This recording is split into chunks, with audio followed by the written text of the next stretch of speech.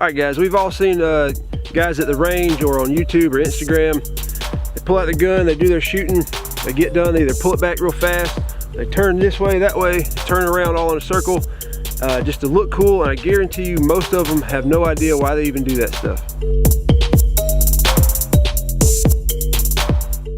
Okay, so the point of scanning after you shoot, for a lot of people that don't know what they're doing, they see somebody famous do it, so they think they have to look side to side and do all that stuff. But we really need to figure out why we do that, or you know, what the purpose is behind that. So when you get done shooting, you know, you get tunnel vision, you get target fixation, you're fixed on that target. You got to look and see what else is going on around you, because you know, bad guys don't travel in pair, or don't travel by themselves. They've always got friends with them. There's a story, a guy and his wife went to a Walmart and started shooting people. The guy had his gun, he was going to save the day. He went up behind the other guy and wanted to shoot him, but he didn't realize that the guy's wife was trailing behind him, looking inconspicuous. She pulls out her gun and shoots him in the back. So it all has to do with situational awareness and tunnel vision. There's also a controversy going around whether when you scan to the right or left, should you take your gun with your eyes or not. What I was taught, and what I think is probably the better way, is to, once you shoot, you can either follow down to the ground or not. You know, the target doesn't fall, whatever. Do whatever you got to do after you shoot. My thing is keep the gun on the target, because you know it's a target, you know it's a bad guy. When you look one way, come right back to the target. Look the other way, come right back to the target. That way your gun never leaves what you just shot at, because you know, you might have to shoot him again, or you don't. The main thing, you don't want to turn your gun and look and see a whole bunch of little kids, or a whole bunch of people at the mall, and now you're sweeping your gun and pointing your gun at everybody else in the area. So that's why I personally like to keep the gun on the target, because A, we know it's a target and it's okay to point the gun that direction. You got to point it somewhere. Why not just point it at the target? And B, you just shot the guy, he went to the ground, you know, he might need some more bullets in him. You're a giving person, you like to give bullets, you might need to give him a few more. So keep the gun pointed on him. Okay, so you point there, you got the gun down on that guy, you look to the side. If you see another threat come up, you can then turn and engage that threat, and then you know, you've got two to deal with. But the main thing, don't point your gun at something you don't know is a target or a threat yet. So keep it pointed at the first guy. It looks something like this.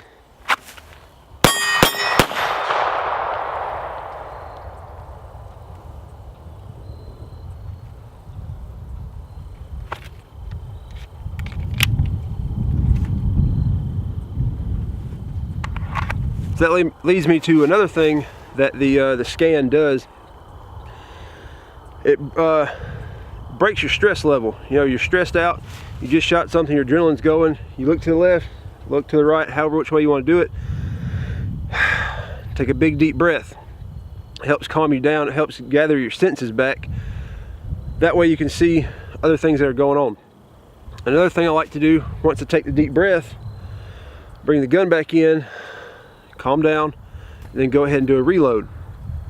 That way, you know, you don't know how many bullets you shot. Nobody counts bullets in real life, so you don't know how many you got left. Might as well top it off while you got a chance to. If you don't think it's a good enough opportunity, don't top it off. Only if it's a good opportunity. All right, so like I said before, when you scan to one side, if you see a threat, then you can break off of that one and engage the other one.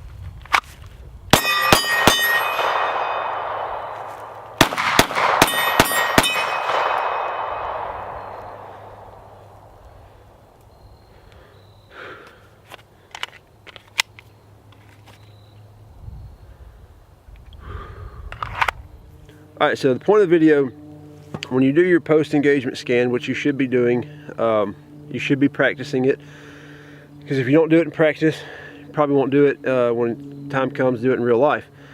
So some people might think it looks stupid, but if you know why you're doing it and you believe in the theory behind it, you're not going to worry about whether people think it looks stupid or not. the main way to not look stupid is to know why you do it. Because that way, if somebody sees you do it, they can tell, wow, that guy knows what he's doing. He's doing that for a reason. So don't just do the quick look and look, or the quick turn around and do all that stuff. If you're gonna do a scan, take some time, look, observe, and be aware of what's around you.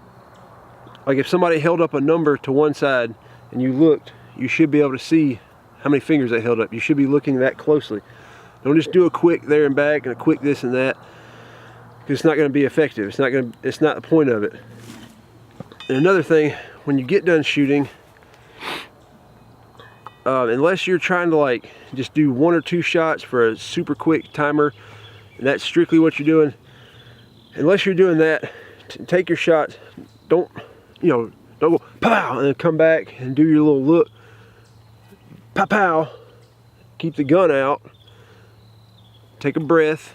Reload if you have to. And if everything is calm, nothing else is there to shoot at, put the gun away. There might be times you do have to put the gun away fast. You know, say you got to put a tourniquet on, you got to grab something real quick with both hands. Then you might have to put it away fast. But for the most part, let's put the guns away slow.